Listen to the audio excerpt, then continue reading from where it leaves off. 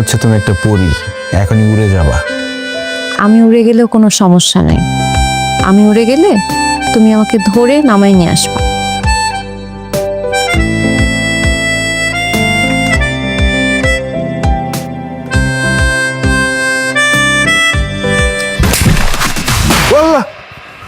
ও গো, তুমি আমাকে চড় মারলা কেন? তোমার গালের মধ্যে একটা মশা বসেছিল, আমি ভাবলাম যদি এডিস মশা হয়।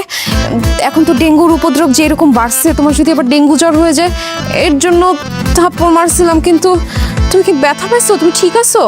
না, ইটস ওকে। ইটস ওকে কি করে হয়? আমার থাপ্পড়ের জন্য তো খাটই ভেঙে পড়ে গেল।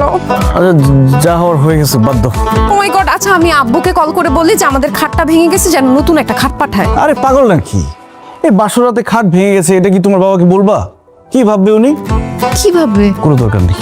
আচ্ছা ঠিক আছে, তাহলে শ্বশুর আব্বু আম্মুকে ডাকি, ওদেরকে বলি যে একটা মিস্ত্রি দিয়ে খাটটা একটু ঠিক করে দিতে। আরে এই মধ্যরাতে কাউকে বলার দরকার নেই, খাট ভেঙে গেছে। আমি পরে মিস্ত্রি ডেকে এগুলো ঠিক করে নিব।